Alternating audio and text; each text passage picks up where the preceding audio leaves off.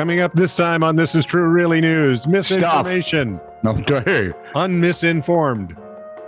Unmisinformed? Yeah, we're gonna take So some that would just make you simply misinformation re-informed. and uninformed, or no, run and like, subscribe, and follow This Is True Really News. Or So else.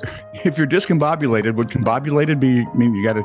Absolutely. Okay. And if it happens a couple of times, you get recombobulated. Or is it re-discombobulated? Undiscombobulated. So it'd be discombobulated. Yes, exactly. Wow. This is True Really News with Scott Combs and Tony Vercanis. All the news you're about to hear is true, Really? as far as you know. Just think, we spent time in college to learn that stuff. In southwestern Idaho, an annual phenomenon is creating rather slick spots on the highways. CBS 2 TV reporting the Idaho Transportation Department had headed out on July 21st, which, of course, as we established, felt more like August.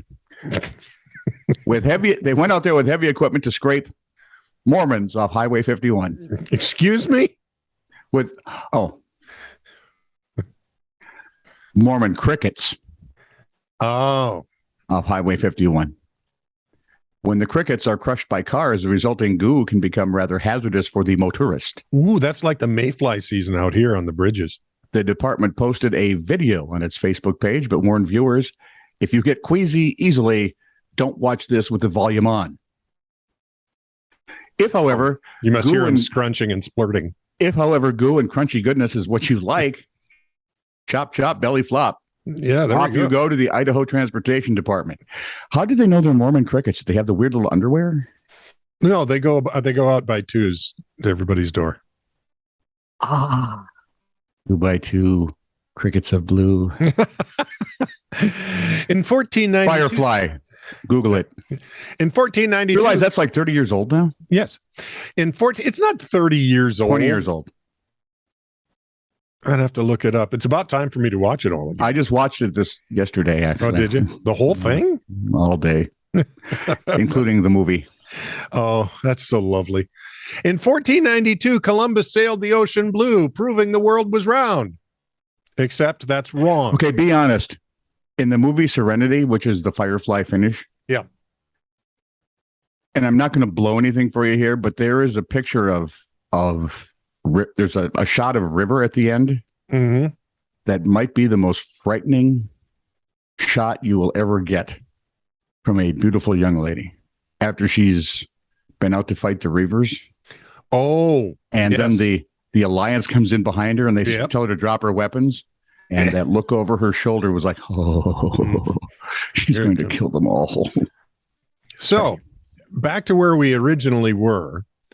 2 by 2 were- hands of blue. No, that No, was- the Columbus sailing the ocean blue, proving the world Ah. was round, except that's entirely wrong. you left off 1490. What, the world is flat? You're not one of those, are you? The most educated people knew the earth was round in the 3rd century.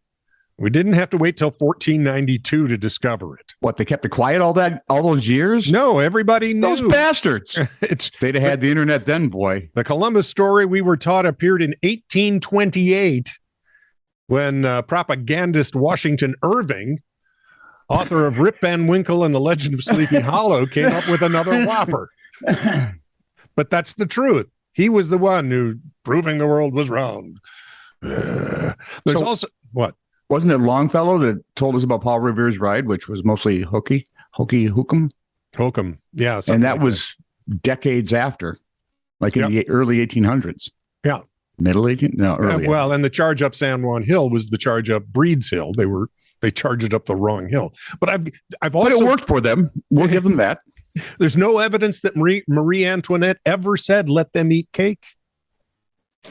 Philosopher Jean-Jacques. Even now, her ghost is going, oh, but I should have. Yes, really. Jean-Jacques Rousseau came up with it. I mean, if they're going to behead me anyway.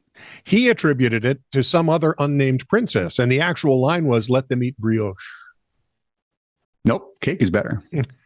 Napoleon wasn't actually short. He was He was 5'6". Average height Actually, for I the think he time. might have been more than closer to 5'8". And the stereotypes about his slight stature came from the British propaganda of the day. That and the fact the French measured height differently back then. And here you go. Benito Mussolini didn't make Italy's trains run on time. That's not a surprise. To boost publicity for his regime, he improved the railways frequented by journalists, but left the rest of the Italian rail system in a state of despair. We get there when we get there. How can you? I just find that insane. He catered to the journalists utterly so they could say, well, Yeah, boy, we don't see that nowadays. Always. Over to you. No, it's done now. That's fine. No, it's not. Yeah, it is. Yeah, no, it's not. That was my first story. It's not. Sure? That was my first story. Okay, back to the heat wave then. This time I promise no crunchy, gooey Mormons. Texas showed off with consecutive days above 100 or even 110. They're magically delicious. Texas? No, Mormons. Crunchy, smarmy Mormons. Just remember, do not dabble in the... Never mind. There's a dragon joke in there. Okay. Some wild animal... Just go to my Facebook page. You'll figure it out. Because you're crunchy and good with ketchup. Some wild animals have a unique way of dealing with the heat. They let their genitals explode? That's not fun, dude. I don't know. In no species is that considered a good time. Okay, fine. I mean, think about it for a minute. No, this is called splooting.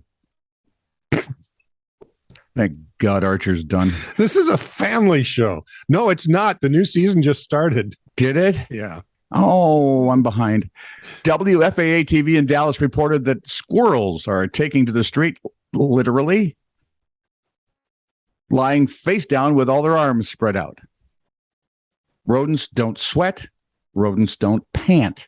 So they sploot in the shade to cool down. One little guy was even spotted splooting on a sidewalk vent. I'm guessing it was a little girl and her name was Marilyn, but that's a whole nother story. Splooting. I can't tell you. We, for a long time, had a Malamute that lived here. For 14 years, we had a Malamute that lived here. Beautiful He was a dog. great dog. Yep. Most submissive animal you'll ever meet. And at our house, when you got up towards the front steps, you would notice these ice patches where snowbanks used to be. Because that's where he would lay when he got too hot. Yep. In freezing, frickin' cold weather. Because he was splooting. I didn't know there was such a thing. Dog sploot. It sounds dirty. It sounds bad. So let's move on. Someone with special equipment would have to clean. Let's move on to something that makes a little more sense. I doubt it. Ran across a bunch of Quora questions. What? Who? Quora. That weird little internet thing? Yeah, you go out and you ask it questions and people collectively try to answer them. I know. Some of the answers are spectacular. Well, what I loved is what did people wear before the invention of swimming suits? And, the answer that got everybody's vote was swam nude.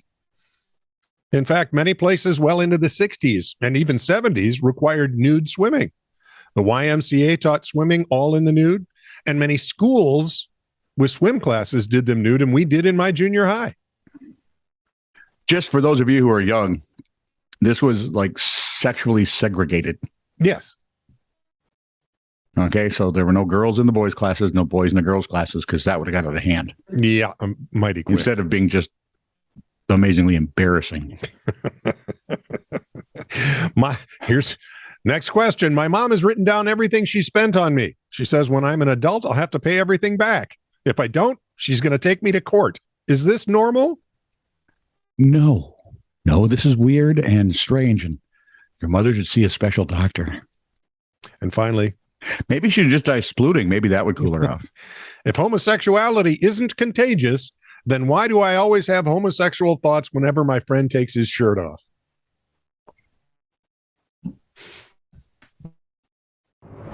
Chet, back to you.